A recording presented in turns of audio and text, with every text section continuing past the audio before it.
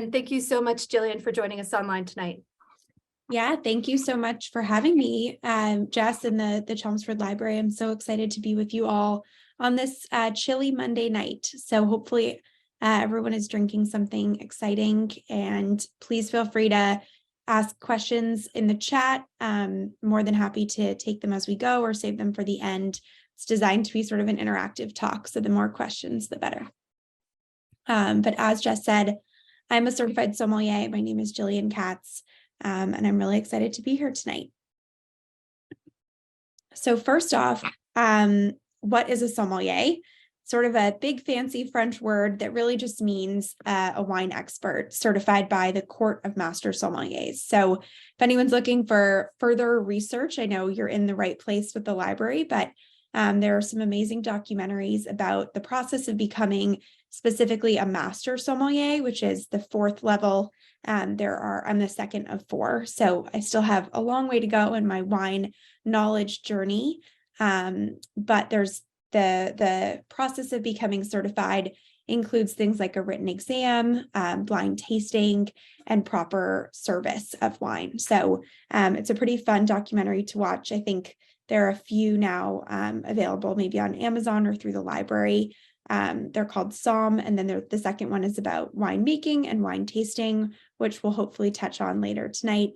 It's called Somm Into the Bottle. So if you have more questions about what it means to be a sommelier, there are plenty of resources, or I'm happy to answer any questions about that later too. So tonight's agenda, we're going to talk about the basics of winemaking, go into wine tasting, talk about a few flavor profiles and some common grape varietals, go through a couple of pairing rules, and I put together a few suggestions for some fun holiday items that might be on your menu this month. And then plenty of time for questions, both as we go and at the end. So feel free to jot those in the chat. So first, Wine 101. The cool thing about wine is that it actually grows around the world in all climates. So in the map on the left, you can see both warm climates and cool, both produce amazing wine varietals. And you can grow wine anywhere as warm as like right along the equator, all the way to creating ice wine and sort of some fun dessert varietals coming out of Canada or Iceland, really cool climates. And the climate has a big impact on the wine and what it tastes like in the bottle. So wine has this concept called terroir, which really just translates to the taste of place. Meaning that the wine that's produced ends up having sort of characteristics that come with the climate, the soil, the weather conditions of the place in which it was grown. And they all contribute to sort of that flavor and sort of the profile of the wine. So that could be something like the old versus new world. Sometimes different countries or different producers have different methodology for producing wine or things that they design within the wine as a product.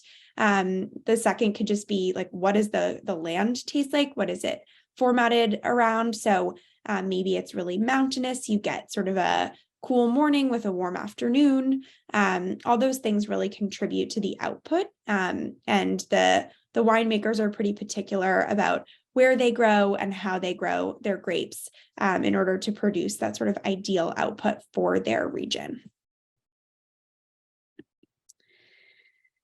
The other cool thing I'll say about the concept of terroir is that it really allows you to understand like a culture and a climate or like a culture of that place. So if you're growing wine in Italy, for example, sometimes like they design culture and cuisine around that sort of region as well. You can sort of taste the characteristics of the land without really having to travel and sort of get out of your house. You can just open a bottle of wine and try something a little new. So it's a fun way to sort of travel from home. I know we all were doing a lot of that over the last few years, both without leaving our houses, but also probably drinking a lot of wine. So it's sort of a fun way to experience something new and get outside of maybe your comfort zone of what you always pick up at the store. So the winemaking process is at its core like an agricultural farming process, which is kind of crazy because when you pick up a bottle of wine in a liquor store, you rarely think about the fact that it was a farmer who made it. But it is made from grapes. If you've visited a vineyard, it looks a lot like this photo on the right. Hopefully on a sunny day, you can see that the grapes are grown in rows. The vines sort of come up from this stalk in the ground and fan out, and they make sure that they're pretty manicured. Some climates and regions allow you to irrigate, so there'll be sort of a constant supply of water to feed the grapes, and hopefully some good sunshine, although too much is not a good thing either. So the grapes can be fickle. They tend to sort of root down into the soil and pull any moisture out of the ground, which is really great, especially in some of those warmer climates where they might be experiencing drought. But otherwise, they're pretty hardy. They can survive a lot, and they produce some really amazing flavors. So the process is really three main parts. The first is the harvest. So grapes have grown for months and months and months. We've actually just finished harvest now, but they're picked, sorted, and pressed to extract any juice from the fruit itself. With white wine, they remove the skins and the stems pretty early in the process so that the juice remains clear.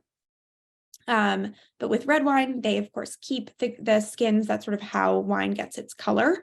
When you cut into a red grape and a green grape, the flesh is sort of all the same. So the only thing that really imparts that color and the added sort of flavor of red wine is that grape skin. So they keep that and often sort of age the wine for a little while with the skins still in there before they really drain everything and just get the juice. The second step is fermentation. So yeast is added to the juice of the grape, turning any of that natural sugar. So really like think about like Welch's grape juice, and then you add yeast. It turns any of the sugar that's in the grape juice into alcohol, which is how you get an alcoholic beverage. That's the good stuff in there. And then you take anything that they've produced, they'll filter it and lay it to age, whether it's in a cask, as you might have seen, like a big wooden barrel, or a tank. Often white wine is aged in like a stainless steel vessel.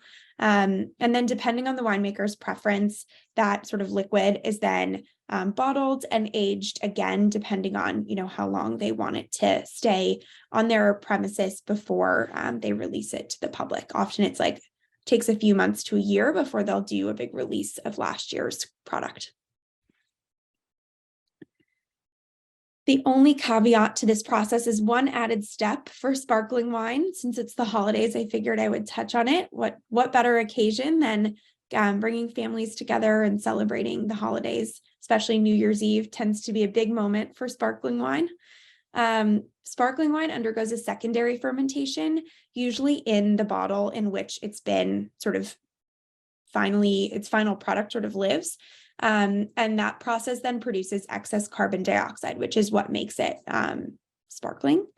There are three main methods to sort of achieve that outcome. The first is the Champagne or traditional method, named after the Champagne region of France. That's sort of that traditional in the bottle. They add they call it a dosage, a very small dose of yeast to the bottle itself, which then sort of undergoes this fermentation on a really small scale. That's obviously very labor intensive. You have to do it to each bottle and then often turn the bottles every so often so that the yeast is fully dissolved within the wine. You don't want your wine to taste like a loaf of bread. The second method is the Charmat or tank method. Same thing, just on a slightly larger format. So it's a stainless steel tank often that the wine will then sort of the yeast will be added to the wine. They'll sort of stir it around and then put it in bottles so that it's still undergoing that secondary fermentation, still sort of a live product. And they'll cork it and put that cage on it so that it doesn't just like explode on its own under pressure.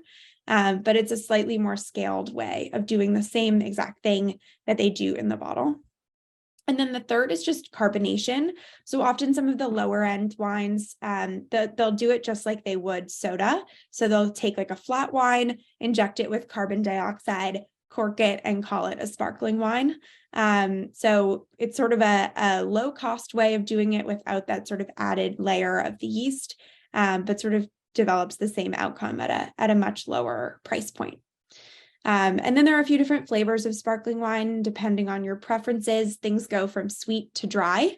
In the wine world, dry is often used to describe a lack of residual sugar. It doesn't actually mean that it's drying on the palate or that it has a dry flavor. It's just that it doesn't have any residual sugar in the actual juice. It's all been fermented to alcohol. And then that sort of in wine language, sweet is translated as brut. It then goes to extra brut, and then you might see on a bottle that something is in fact dry, especially in a varietal, like a sparkling wine or Riesling often comes in both a sweet or a dry version. And then on to tasting, which I know hopefully people are doing on their own already. If you are, please feel free to write in the chat if you've been tasting anything that you're thoroughly enjoying tonight, share with the class. A few sort of tasting mechanics that, sommeliers are trained to do, but are also just sort of helpful in thinking about what you might be experiencing on your palate when you try a new wine. So on the left is the deductive tasting format. It's basically a syllabus or a chart that you can walk through as you're trying wines to get a sense of what you're experiencing in a pretty, it's a good methodology, a good framework for thinking about flavor. So you'll see it goes basically through the 5 senses. First, you want to swirl your wine. See what the alcohol content looks like by looking at the legs or the tiers. So when you swirl your wine, you might see a rim form around the glass. The shorter that it takes for that rim to come all the way back down to the liquid, the longer, the more alcohol in the wine. So the heavier the tiers, the higher in alcohol content the wine is. So something to keep in mind, if you're drinking something that's, closer to 17%, you'll see those tiers stay really long. If you're drinking like a nice light white wine, something like 11, 12% alcohol, they should sort of fall much faster. The second is sight. So what color is the wine? Is it bright? Is it a vibrant color? Is it clear or maybe a little foggy? Sometimes sight is a good way to see if there might be any anything that happened to the wine since it was in the bottle. Sometimes you can tell if the cork was rotten or if there was sort of a defect that affected that bottle specifically. 1 in 10 bottles tend to be affected by something called cork rot, where cork is another living product that with wine sort of becomes packaging. And so sometimes the cork doesn't do its job. It doesn't seal properly, in which case you might notice something like foggy or milky in your wine. That's not a good thing and a very good reason to return your wine. So if that's ever happened to you at a restaurant or at a liquor store, feel free to complain. That's not uncommon, but a good thing to know to look out for. The third thing to look for is smell. So you can swirl your glass and then stick your nose right in it. See what you get on your nose. Often this is a good way to figure out if it's an old world wine or a new world wine, which is something we're going to talk about, I think, in a few minutes. But what's the first smell that hits your nose? Is it earthy? Is it fruity? Does it smell like overly alcoholic? These are all good things to sort of take note of as you're walking through your sensory experience. You can also generally get a sense of how old the wine might be. If it's a little mustier, maybe it needs to be oxygenated, and maybe some oak might be available on the nose if the wine has been aged. Fourth is sip, the best part of the experience. You get to understand if the wine is balanced. Is there a flavor that might be coming through more disproportionately than another? Is there acid? So when a wine is really acidic, you tend to feel it in your salivary glands, like underneath your jaw. If your salivary glands are firing, it tends to be a more acidic wine. And then tannins are another sort of more sensory palate experience. If your tongue feels really dry or tight, that tends to be related to tannins, primarily in red wine, but sometimes rarely in an aged white or a really old white wine. And then finally, swallow. how long does the flavor last on your palate, and how does it interact with the food you might be eating. Sometimes wine flavors can really come out with certain flavors of food, like cheese and crackers. That's why they tend to do a little bit of a pairing of the two. But sometimes you get a really unique flavor of the wine on its own. So it's interesting to get to sort of compare and contrast that as well. And those are all the different ways that you can experience wine. As I said, two really interesting ways to sort of differentiate the wine flavor and the wine experience is sort of in combination with the terroir and the sensory experience. So where is the wine from tends to define, what flavor characteristics are in it. And then you can take the flavor characteristics that you are experiencing and try to do a little bit of a deductive work on your own too. So one of the big distinctions tends to be Old World versus New World. In wine, the Old World is really just continental Europe, where the original vines were farmed. That's places like France, Italy, Spain, Portugal, really the creators of the wine that we know. And then as sort of Europe expanded and, colonized other places, America included, they brought with them grapes, primarily for the church. And so the existing grape varietal actually spread. They made clones of it, replanted it, and that's sort of the wine that we have here today and everywhere else in the world. And that's considered the new world of wine. So that's the US, Australia, South Africa, South America, really anywhere that's not continental Europe. It's a pretty clear distinction. And these are descendants, as I said, from the original vines. And the flavor profiles of the two tend to be pretty different, just based on the style that winemakers want to produce within those markets. So in the Old World, they tend to be really earth forward, very herbal, mossy, dirt. There might be like a gravel flavor, especially on the nose. It's really the first thing that you smell is like an earthy flavor. Maybe like mushroom, depending on what the grape varietal is. Whereas in the New World, it tends to be much fruitier, a lot sort of more sugary, that sort of sweeter flavor, really bold, more syrupy flavors. And it makes some sense, America, we have a lot of different foods, a lot of unique flavor, and the wines sort of are designed to pair with those foods and really sort of stand up to our diverse diet.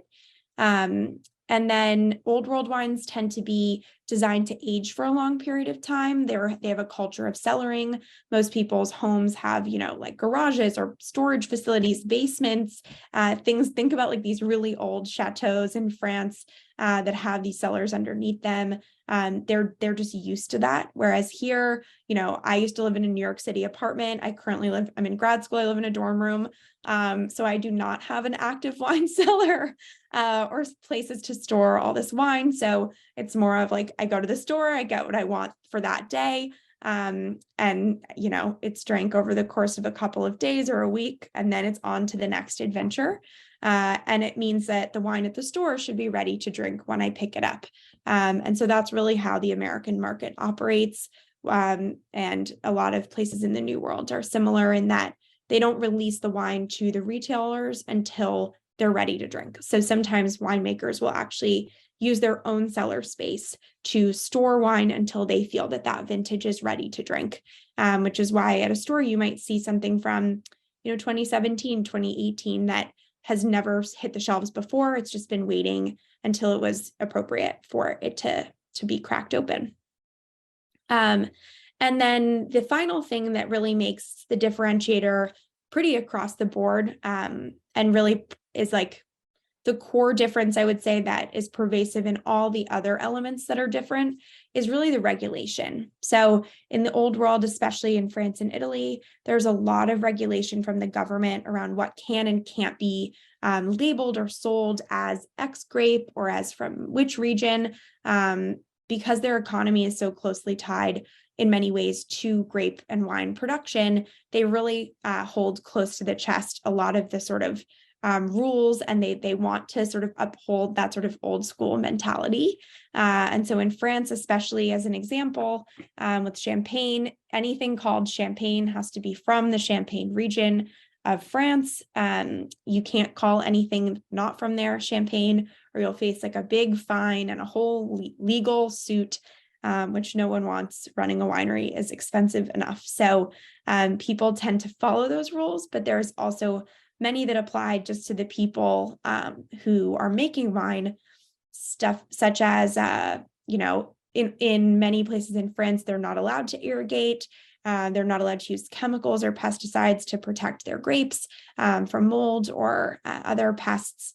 And so they come up with some creative solutions, which is interesting. Many times they'll plant rose bushes at the end of vineyard rows, not to just make the wine smell or taste like roses, but actually to attract bugs so that they leave the grapes alone.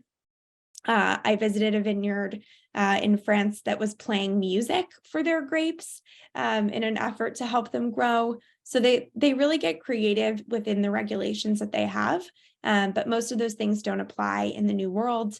So often in the US, you might pick up like a Cabernet Sauvignon that on the label says Cab Sauv. You think you're getting 100% Cab.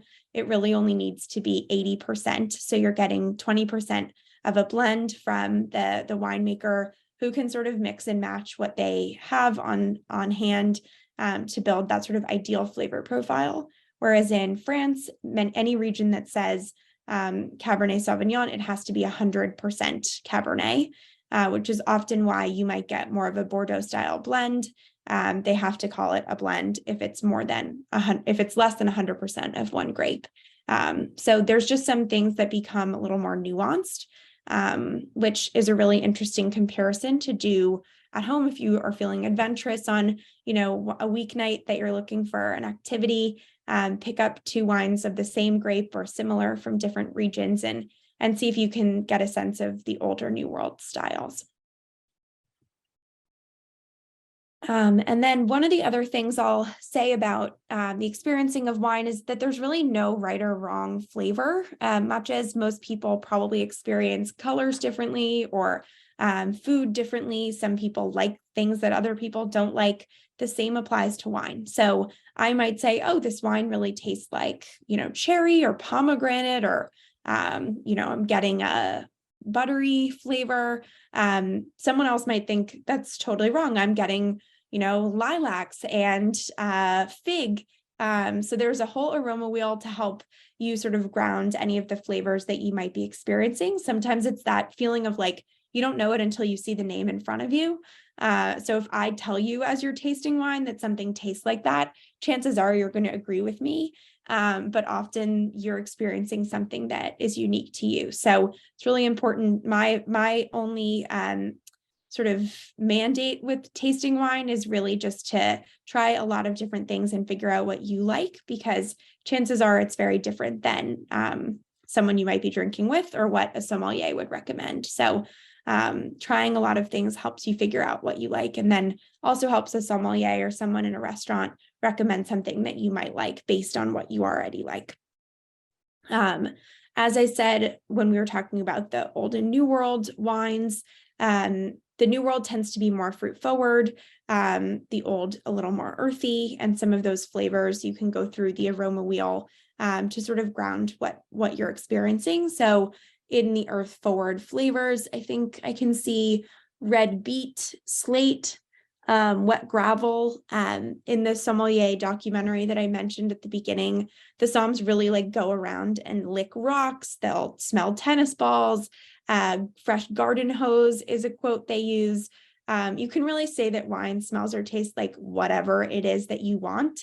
No one can tell you that you're wrong. So get creative with it. It's a pretty fun activity or exercise to come up with lots of different things in the aroma wheel and try to find them in your wine. A few flavor profiles. And I see we have one question. Maybe now's a good time to take Kathy's question about using a soda stream on wine. Would that work to create a cheap sparkling wine? Honestly, it should. I haven't tried it personally, but it's the same process that a lot of like if you've ever had Andre or one of those super cheap champagnes or sparkling wines. That's really what they do, just at mass scale. So in the same way that like you can make your own soda at home, I really can't see why it wouldn't apply to making your own sparkling wine. So give it a shot. I'd be curious to see how it goes. And then when shopping, how do you know if a wine needs to be cellared before drinking or which can be drunk right away? That's a great question. I would say there's really no rule. White wines tend to be aged less than red just because they don't have the tannins in them from the oak and from being sort of laying in those casks. So red wine tends to be more ageable. It doesn't always mean that it needs to be aged though. Some grapes like a Cab or a Bordeaux style blend, some really big Italian grapes, they tend to do well under aging, and they just like really what happens during the aging process is that the tannins break down. So when you put the wine in the bottle, it still has a lot of the tannins in it. When you pour out an aged wine, you get that sediment at the bottom. If anyone's ever drank some older wine, that's really the tannins that are coming out of solution from the wine liquid over time. And as those break down, the flavor just becomes a little softer, a little more delicate. When you drink a younger wine that could stand some age, it'll just be really drying on your palate, like that tannic feeling that I described. You might feel like your mouth is really tight. You want to drink a lot of water, maybe some white wine in between. And your tongue might get like really purple. That's from tannins. And so I would say, depending on the grape varietal, where the white wine is from, some cabs can hold up to like 25 years of age. And so sometimes it's a fun experiment to age some and then buy the same thing new, and you can taste what age does to wine. But most of the time, if it's on the shelf, it doesn't need to be aged, especially here. Sometimes it just gets a little bit better with time. It's like all those birthday cards that are like, wine, cheese, and you, we all get better with time kind of things. So there's really no rule to it. I wish that there were like a magic app you could scan the wine and say like, is this good to drink yet? But I haven't seen anyone come out with that yet. So maybe a business idea. A few flavor profiles. And again, please write in the chat if you have a favorite. We can focus on that or speak a little bit specifically to any top picks of those who are joining today. But a few white wine flavors that will sort of help you ground your description or understanding of the flavor profiles in your wine. White wine and red tend to be divided into the same categories of every other food, sweet and savory. The sweet white wines will be what wine people will call fruit forward, is really a nice way to say that it's sweeter. With white wine, those fruits tend to be more citrus. So something like, lemon, orange, you might get like a honeysuckle tends to be associated with sweeter flavors, some floral notes. They might also call sweeter wine off dry.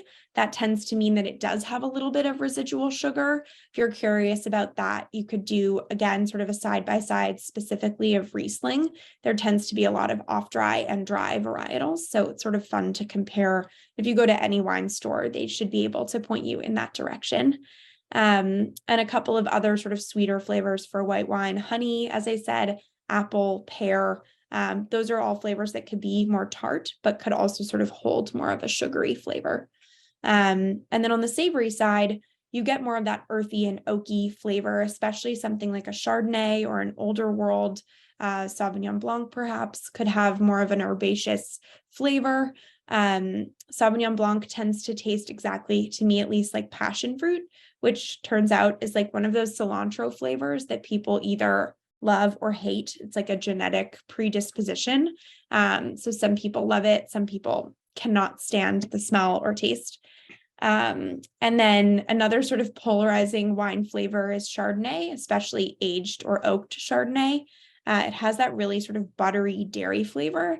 That's actually because if white wine tends to be oaked, it has like a secondary reaction called a malolactic fermentation, and it creates this really buttery dairy flavor in the wine. Some winemakers do it on purpose, especially New World Chardonnays, whereas Old World tends to be unoaked, in which case Chardonnay is actually a neutral grape. So it won't have any flavor other than just classic white wine. As I mentioned, a couple of common varietals, but there are plenty more: Chardonnay, Sauvignon Blanc, Riesling, Pinot Gris or Pinot Grigio, same grape, just different places. Pinot Grigio is Italian, Pinot Gris is French, and Pinot Gris tends to be maybe a little bit sweeter, but just based on the style and the terroir, as we talked about.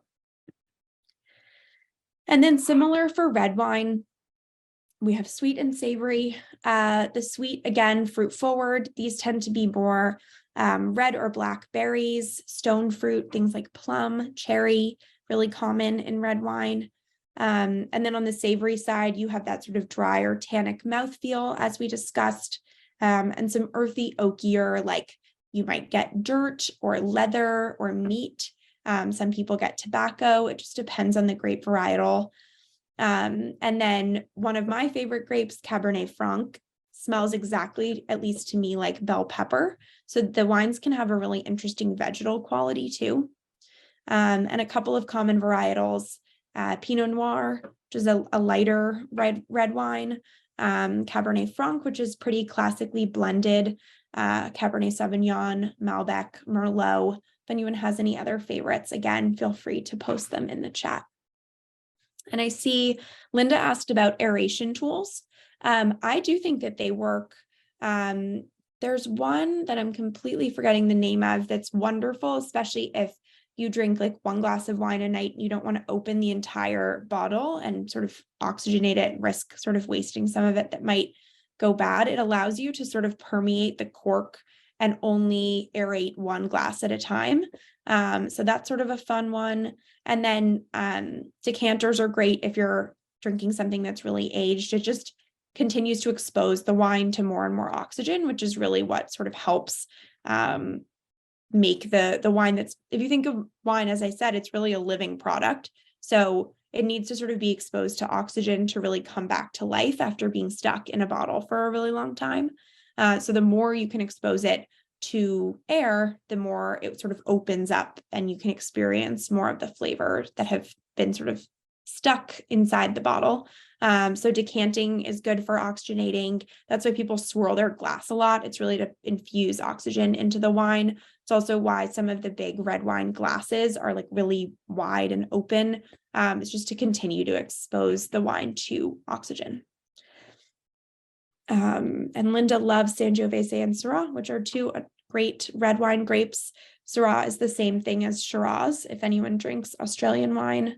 Another great opportunity to try two comparative wines from Old and New World. Syrah is more of a French version of the same grape, very different style, but and compare it to an Australian Shiraz. And then a couple of pairing, not rules, I guess is the wrong way to put it, but things to think about as you're maybe preparing a meal and want to pair a wine with it. And these are, again, just sort of guidelines that are sort of helpful to have in the back of your mind. One is that like things just go together. So salty food with a high salinity wine. A really good example of this is, I don't know if people like oysters, but oysters are really salty. They taste a lot like the ocean where they live. And they tend to go really well with a Chablis, which is sort of a high salinity coastal French white wine. So that's sort of a nice, thinking through like flavors go together. In the same vein, things that are grown together go together. So, an Italian Sangiovese, let's say, to use Linda's example, might go really well with pizza or a red sauce pasta dish. The cuisine is also tends to have been grown from the same soil and the same, earth as the wine too. So, right next door to each other, you might have San Marzano tomatoes growing next to Sangiovese grapes. It makes sense that if they can grow together, they might taste good together too. Opposites also work. So in the opposite of like with like, this is the opposites attract. Sometimes spicy food can pair really well with a sweeter wine, something like an off-dry Riesling and a Thai curry dish, for example. And then sweet foods tend to go well with a salty wine. So that's sort of why, like cheese, or a cheese goes really well with like a dessert wine, for example. And then to flip that, something like a Chablis, as I said, sort of more of that salty flavor might go really nicely with like a cheesecake or something that has sort of a richness that the salt can really play into. And then the final one, and I think this is actually the most important, is really just balance. So if you're having a really heavy food, something hearty, something with a lot of flavor, you need a heavy wine to really stand up to that. And the same vice versa, like a really light food dish, like, pasta with white wine sauce, for example. If you drink it with like a really heavy Cabernet Sauvignon, you're not going to taste any of the food that you spent so long cooking. You're just going to taste the Cabernet. So it's important to sort of bring the two together, really highlight them, because you want to taste the wine and you want to taste the food. And if you can get the pairing right, they actually both taste better together. I see one question. Someone likes a Zinfandel, red only though. Zinfandel is a great full-bodied red wine. There is a white Zinfandel variety, which tends to be a really sort of sweet rosé. But I agree with the attendee, Zinfandel red only, but that's just my opinion. And then a couple of fun pairings since we're going into the holidays. For those who celebrate Hanukkah, latkes tend to go really well with a sparkling wine. That sort of high-fat potato, French fries and champagne tend to go really well. Popcorn and champagne tend to go really well. So I would advise sort of a bubbly component with sort of a latke meal. New Year's Eve, again, another great opportunity for sparkling wine. If you're looking for something a little different, especially if it's a super cold night, I actually love sparkling red wine. So you can find a sparkling Lambrusco or a sparkling Shiraz, tend to be really the only two that are really readily accessible. A Shiraz is going to be a heavier, sort of definitely a darker pigmented color, and Lambrusco could tend more towards like a rosé. But a really nice opportunity to try something new. Most wine stores have one of the other. So give it a shot, see if it's something that you might like. It's also really great transitionally, like for a season. So, early fall or late spring or early spring, when you might be ready to sort of switch from traditionally white wine or red wine to the other, a sparkling red can be a really nice way to do that. For those who might be overwhelmed with cooking around the holidays, especially we just had Thanksgiving and you might be ordering takeout. Things, as I mentioned, that go with, your typical Chinese food or Thai food, Indian, might be an off-dry Riesling, something with a little bit of sugar tends to really hold up nicely with a spicier, really flavorful dish.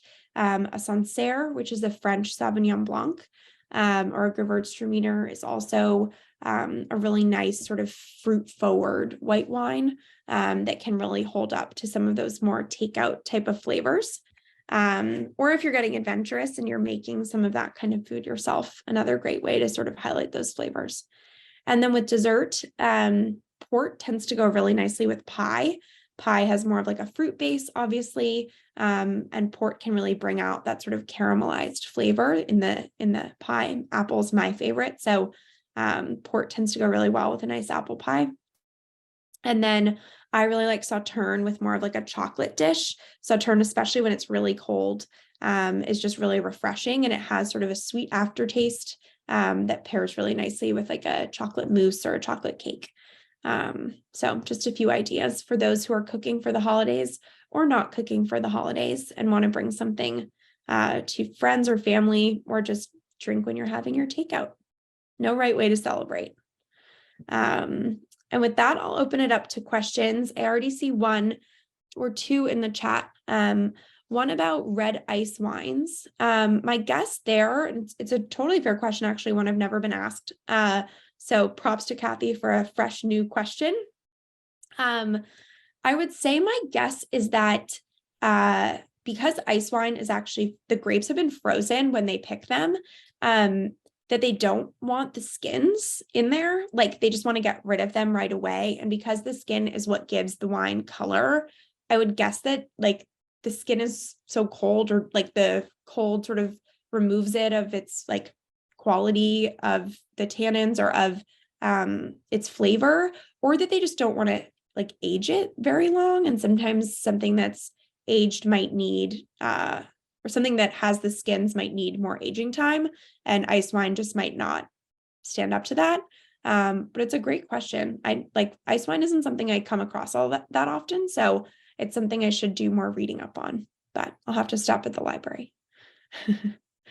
Talking about prices, for example, if bottles of Pinot Grigio range from 7 to 27, will the more expensive bottle always be better? Someone said to go with a mid price or above. Good advice. What goes into the price of a wine? That's a really great question. I would say like there's great wine that's really inexpensive. It's just a matter of knowing how to pick out quality versus just like the big name labels. Often the more wine a wine maker produces, so like the more sort of like big box the winery, let's call it, the cheaper the wine can be. And that doesn't necessarily mean it's lower in quality. It just means that the winery sort of has more margin around like their fixed costs. So a lot of the costs of making wine, like the bottling process, the, labor of farming, like those kinds of things are sort of stable regardless of how much you're producing. So some of the smaller, more family run, small business type wineries have a lot more cost to recoup in fewer bottles that they produce. So that's why they tend to charge more, just because they need to make back the money with fewer bottles to sell, if that makes sense. So it's not necessarily that cheaper wine is worse. It's just that it might not be as like close to the land, if that makes sense. Like these bigger wineries can really like make very consistent output, so that year over year, like the what's a good example? Like the cupcake Sauvignon Blanc or something that you see in the store, that will taste the same pretty much year over year, because they can guarantee that they'll have enough grapes to really like make it consistent. And it doesn't mean it's bad. It just means it's maybe not as like homegrown or high touch, for example. So I would say like, $15, $12 is a pretty safe spot. Like I too tend to doubt, like, why is it only $7? But that doesn't mean it's bad. It just means that they probably either like can make money with other wines. Sometimes wineries might make a red and a white, and their red, they can charge a lot more. Maybe it's a higher quality or there's higher demand for that product, versus the white maybe is just sort of a supplemental good, and they just want to get rid of whatever they've produced at break even cost. So some of the pricing has to do with economics of the wineries specifically and how they're structured, who owns them. But I would say generally, like the more family run, smaller production wineries tend to be on the higher end, and the wineries that have sort of more mass market tend to be on the lower end. And a lot of it has to do with marketing too. What's the brand name? Something like Veuve Clicquot, for example, people say is actually really bad wine. They just have the label that can stand up to charging $50 a bottle. Could I talk about orange wine? Definitely. Orange wine is sort of a new trendy wine. It tends to fall into the category of like natural or biodynamic wine. I'm really into it. Some people think it's really gross, but I think it depends again on your palate. I would say if you like a sweeter, more fruit forward wine, orange wine might not be for you. It tends to have sort of more of an earthy, almost like a hard cider, like a really dry hard cider, definitely like a cloudier look. Orange wine is actually white wine that has had contact with the skins. So it's like the color of the white grape and the flavor of the white grape skins is what makes it orange, whereas rosé is red wine that has had little contact with the skin, so it just gives it that little blush color. And I would say for pairing orange wines, I would go with the sort of grows together, goes together mentality of oftentimes orange wines are from like more Mediterranean or Eastern European countries or California, really. And I would try to go with like a really amazing vegetable meal or like a fresh fish or something that really complements the place in which the wine was made. Because while orange wines are just gaining popularity, they really have been around like since ancient times. And so I would say like going with maybe what's more traditional around an orange wine could really help bring out the flavor. Ben said he is intimidated by the sheer variety when walking into a liquor store. Totally fair. Do you have any tips on how to narrow the gaze? Definitely. First, I would say it depends if you are excited to try something new or if you want to go with what your good, old classics. I would say if you're looking for something new, an easy way, most wine stores tend to be organized by region. So I would go for like a region that you've never tried before, somewhere that just you're curious about, maybe Portugal or Spain, somewhere that's a little less sort of out of the box traditional, especially if you're used to drinking like American wine or French wine, some of the more populated aisles. Find some sort of a smaller region and just go for something that looks interesting. And another really good way is obviously to narrow down by price, as we were discussing. Wine can range from $7 to like $700. So don't break the bank on something. There's plenty of amazing high quality wines at any price point across any region. And then I would say my other tip for narrowing down is like use the guidance of the people who work there because they really know their inventory the best. And if you're able to speak to something that you already know you like, for example, if your go-to is a Californian Chardonnay and you said, I really like Californian Chardonnays. I usually buy this bottle for $17. I'm really interested in trying something different, but that seems, on par with my budget and with my preferences. Is there something you could recommend?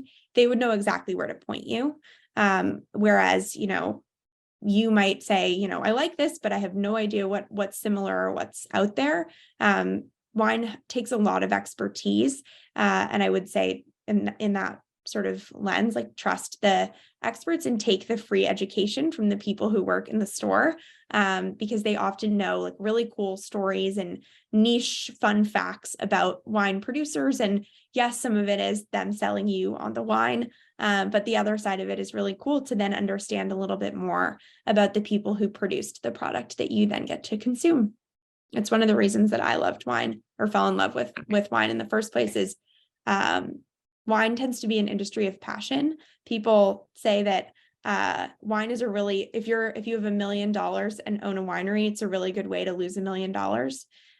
It's not an industry most people go into to make money, but it tends to be a lot of people who are just really passionate about it, passionate about their product, about their land, about their farming techniques, and about their stories. A lot of people have family heritage or really interesting connections to the wine world. And oftentimes those stories are kept, close to the chest sometimes, but often they get sort of translated from, winemaker to the person who then imports their wine, to the person who then buys it sells it to the retailer, and then to the retailer themselves. So there's something really nice about feeling like wine has sort of a heritage or a family component that you then can sort of take pride in consuming. From an attendee, what would be the sweetest sparkling wine you would recommend? It's a great question. I would definitely say look for something that says on the label Brut, B-R-U-T. That tends to be sweeter, definitely less like tart and appley, a little bit more sort of honeyed and sweeter. There are also sweet Lambruscos. I see the next question is about Lambrusco. There are sweet Lambruscos.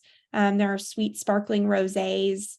Anything that says Brut, though, is a pretty easy place to start because they have to put on the label especially with French sparkling wine, they have to put on the label the designation of how much residual sugar is left in the liquid.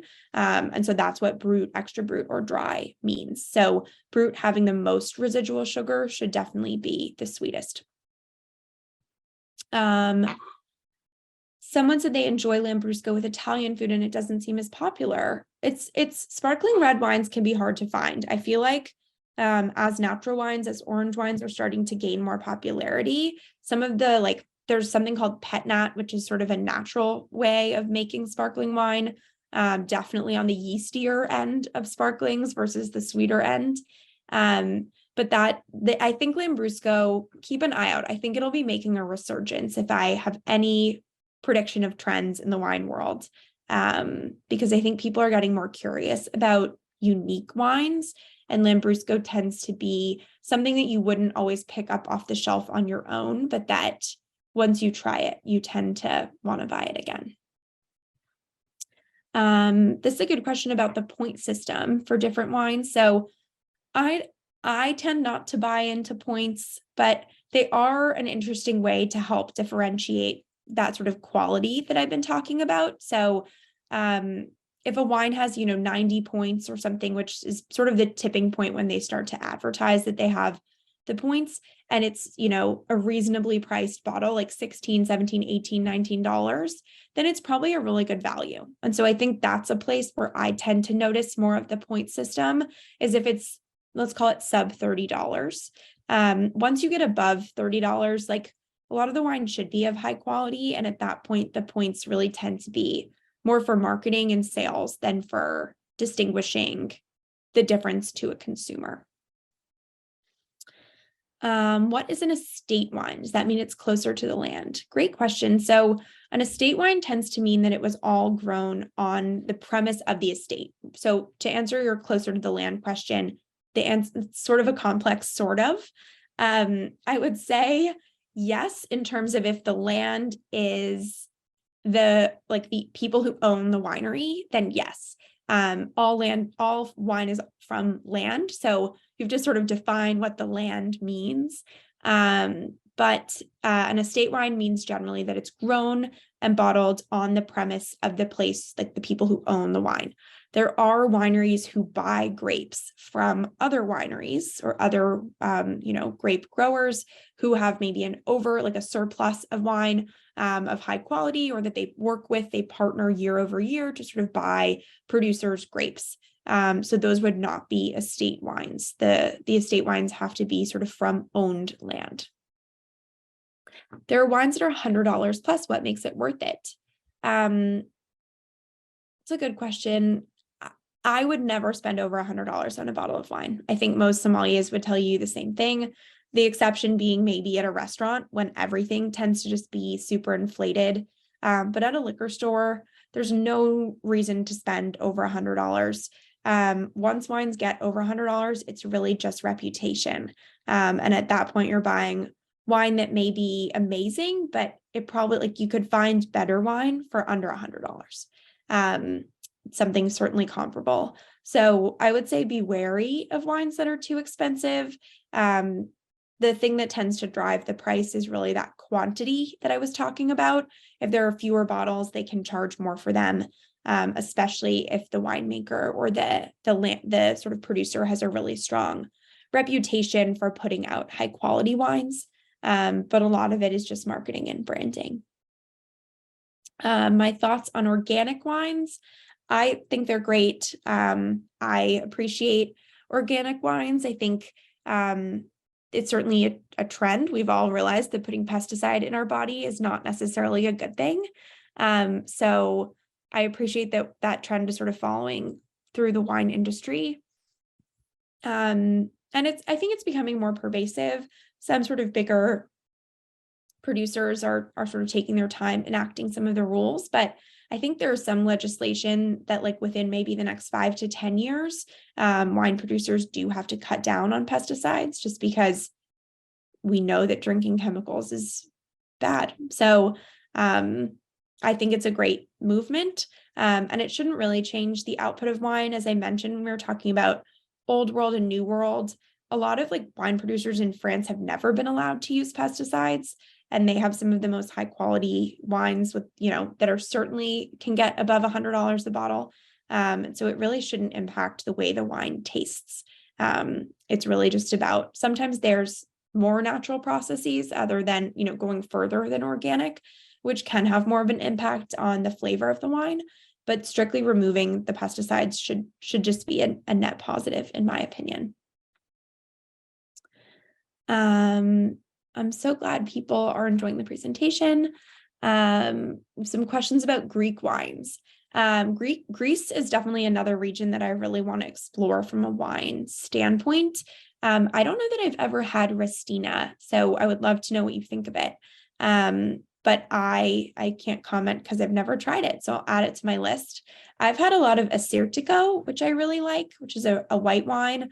Definitely more on the dry side, a little bit more herbaceous, earthy than some of the more common grapes, but it's really fun to try. And Greece also produces a lot of great orange wines. So if that's something you're interested in trying, that could be a region worth asking about. Why isn't extra brut the sweetest for sparkling wine? That's a great question. It should be, but it's not. The way that they made the distinction is just brut, extra brut, and dry.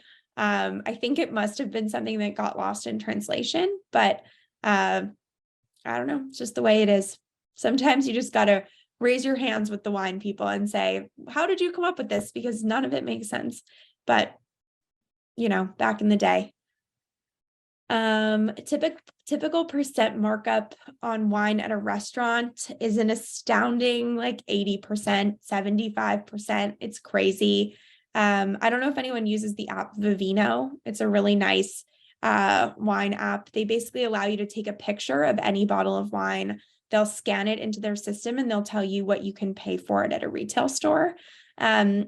Use it with caution at a restaurant, because when you scan the bottle of wine that they've brought to your table and they've opened for you, and you realize that you could buy it at a store for $13 and you're paying, $70, you're going to be sad. But if it's a really great wine, that's, sometimes the trade-off. The app also has a really awesome feature where it will scan a wine list for you, and it will let you know what wines you might like based on your usage of the app and your history, or what might be a good deal. So that's sort of a fun feature too. But yeah, restaurants make most of their money on alcohol, so they really upcharge you on the wine. Should we be concerned about sulfites? No, sulfites are in most things. Anything preserved has a sulfite generally. There are no or low sulfite wines. People have a theory that the fewer sulfites, the less of a hangover, which could be true.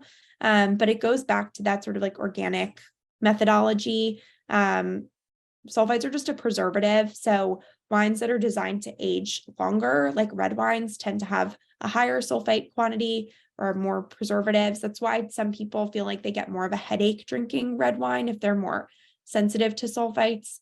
If it's not something that bothers you, you should be fine. There are you can add drops, or there's wand products I've seen online that people use to try to reduce the amount of sulfites or lessen them. I don't understand the chemistry, but generally, if you've ever eaten potato chips or something, there's sulfites in most things that are shelf stable. So it's really just used because, as I said, wine is a living product, and so they use it to stabilize. A lot of those natural wines that we've been talking about don't have sulfites, hence the natural, but they're also less shelf stable and they tend to be a little more finicky. So if you're looking for something to age, or that you're drinking something that has been aged, chances are you're drinking sulfites. With all the regulation they face, are old world wines organic? Many of them are. So a lot of wines from France are organic. I don't know as much about the regulations in Italy, but there are a lot of regulations around land restrictions. So to call something like an AOC or a DOC, they call it in Italy, a DOCG, are sort of these levels of distinction of the wine. For something to be classified as within those levels of distinction, they have to abide by a bunch of rules. And I wouldn't be surprised if one of them was no pesticides. It's certainly the case in France. They're really strict, especially like I visited France during a drought and the grapes would have loved some water, but they're not allowed to irrigate. So no water for them. But chances are like a lot of the old world wineries just have a lot more restriction in order to sort of keep the number of wineries that are producing at those high levels down. Because otherwise everyone would be calling themselves like the highest caliber of Barolo or of Champagne or of Burgundy. And you wouldn't be able to tell what was like really, really good and of that super high quality land, or what was blended from around the entire country of France and beyond. So, and then I think this might be our last question, but maybe wine people drink a bunch of extra brut when deciding. That's a fun comment. When deciding on brut versus extra brut, Kathy said maybe the wine people drink a bunch of wine, which maybe they did. Chances are they did. And I hope everyone enjoyed the presentation. If you have any questions, my email is on the screen. I can put it in the chat too, or shoot me a note on my website. I'm more than happy to talk about wine forever and ever and ever. And I really appreciate you joining us tonight. Well, we really appreciate all the time you gave us and answering all of those questions. I'm so excited that people were so curious about wine tonight. That's great. And just really quick, a clarification, the app was Vivino? Yes, is that right? I'll write it in the chat. Okay, awesome. Yeah, that looks, it's pretty well rated. So it looks like a good app to have going shopping for wine. Yeah. Well, anyway, thank you so much, Gillian. This was wonderful. I hope you're all going to enjoy wonderful wine this holiday season and going forward. I hope everybody learned a whole lot. I'm going to be sending out the recording tomorrow so everyone can rewatch and review all of the awesome, excellent information that Gillian gave us tonight. Thank you all so much. Thanks for joining and for all the questions.